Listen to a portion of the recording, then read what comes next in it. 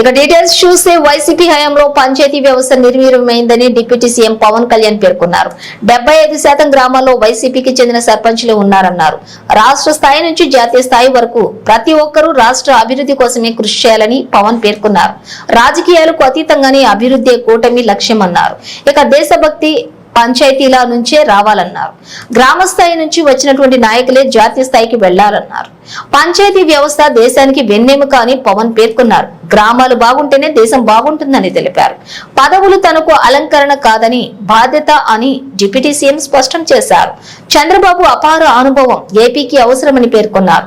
ఏపీని అప్పుల బారి నుంచి తప్పించి సంపద సృష్టించేందుకు చంద్రబాబు అనుభవం అవసరమని పవన్ కళ్యాణ్ పేర్కొన్నారు. చంద్రబాబు నుంచి నేర్చుకోవడానికి తాను ఎప్పుడు సిద్ధమన్నారు.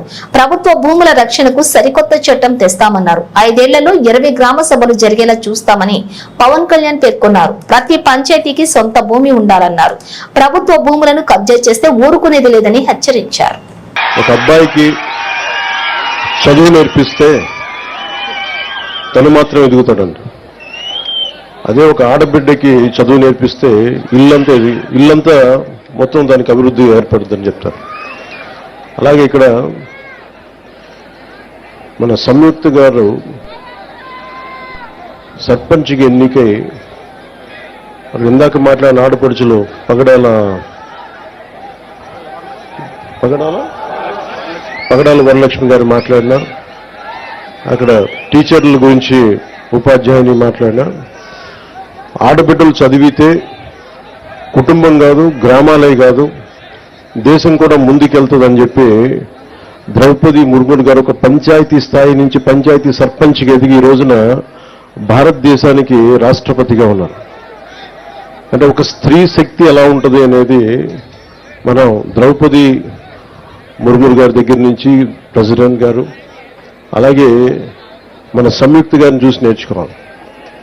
నేను మనస్ఫూర్తిగా ఎందుకు మైసూరవారిపల్లికి వచ్చాను అని అనడానికి, అసలు పంచాయతీ వ్యవస్థ నిర్వీర్యమైపోయిన సమయంలో పంచాయతీ ఎన్నికలంటే భయపడే సమయంలో, గత ప్రభుత్వ సమయంలో రోడ్ల మీదకి రావడానికి కూడా చాలా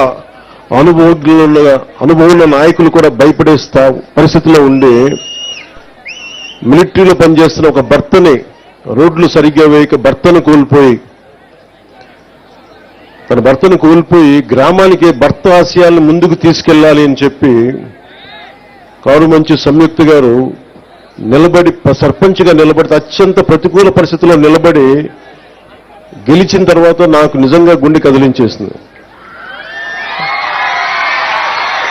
నేను ఆ రోజున కారుమంచి సంయుక్త గారికి నిలబడ్డప్పుడు నేను ఒకటే కోరుకున్నాను ఆ రోజున అందరినీ, పంచాయతీలు చాలా కీలకం. 13,326 పంచాయతీలు మనకి. పంచాయతీలు చాలా కీలకం. అందరూ గ్రామాలు వదిలేద్దాం, బయటికి వెళ్ళిపోదాం అనుకుంటారు. కానీ పంచాయతీని ఎవరైతే కీలకంగా పట్టుకుంటారో, పంచాయతీ కోసం ఎవరు నిలబడతారో వాళ్ళు ఈ దేశాన్ని కదిలించే నాయకులయ్యారు, మామూలు నాయకులు అవ్వలేదు. సో కారుమంచి సంయుక్త నాకు పట్టుదల చూసి ఇలాంటి ఆడబిడ్డలు రాజకీయాల్లో ఉండాలని మనస్ఫూర్తిగా కోరుకుంటే, గెలిచి వచ్చిన తర్వాత నాకు చాలా చాలా ఆనందం వేస్తుంది.